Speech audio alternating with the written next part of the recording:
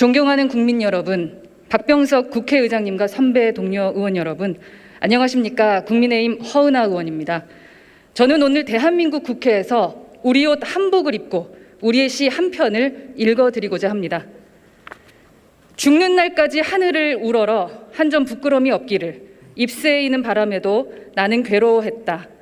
별을 노래하는 마음으로 모든 죽어가는 것을 사랑해야지. 그리고 나한테 주어진 길을 걸어가야겠다. 오늘 밤에도 별이 바람에 스치운다. 누구나 잘 아는 윤동주 시인의 시집 하늘과 바람과 별과 시의 문을 연 서시입니다.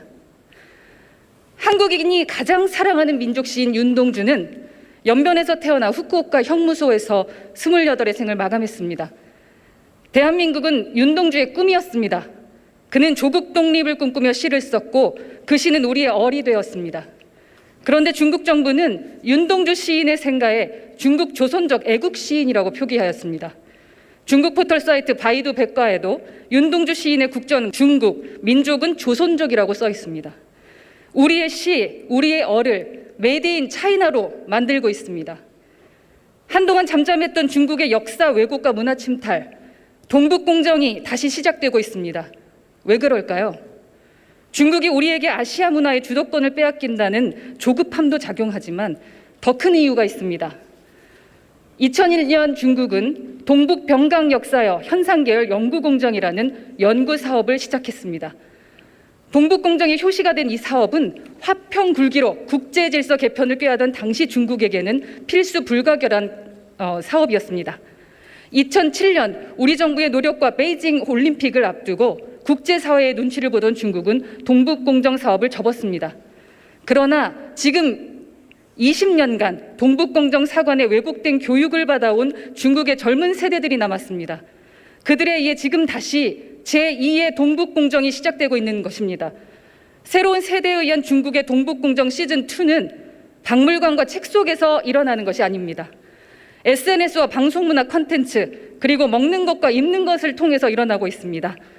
유엔지자 중국 대사까지 나선 김치 공정, 중국의 게임회사 캐릭터에서 시작된 한복 공정, 중국판 웹사이트에서 손흥민, 이영애, 김연아 등을 조선족이라고 소개하는 한류 공정과 SNS 공정까지 중국의 신동북 공정은 미세먼지처럼 넓고 우한에서 시작된 코로나 바이러스처럼 깊게 우리의 영역을 잠식해 나가고 있습니다.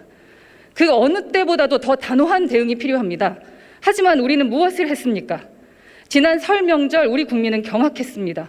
입법부의 수장을 비롯하여 중앙정부를 대표한 국무총리, 그리고 지방정부를 대표한 경기도지사의 여당 국회의원들까지 중국 공산당의 기관지 인민일보에 새 인사를 전했습니다. 외교적 수단이라면 주고받는 관계여야 합니다. 하지만 우리 국민은 중국 지도부로부터 아무런 화답조차 받지 못했습니다. 이것은 중국몽에 기댄 현 정권의 인사들이 국민의 자존심을 짓밟고 중국의 체면만을 살린 새해 아련이자 무난 인사일 뿐입니다. 바로 이 자발적 굴욕이 중국의 문화 침탈을 가속화시키는 것은 아닌지 우리 되돌아봐야 합니다. 존경하는 여야 국회의원 여러분, 중국의 새로운 세대에 의한 신동북 공정에 맞서야 합니다. 우리는 우리 것을 우리 것이라고 말하고 지켜야 합니다. 그러기 위해 필요한 것은 눈치와 상황과 그릇된 외교적 관계가 아닙니다. 오직 신념과 확신과 분노로 준엄한 꾸짖음을 해야 합니다. 그렇지 않다면 우리가 역사와 국민의 진노를 받게 될 것입니다.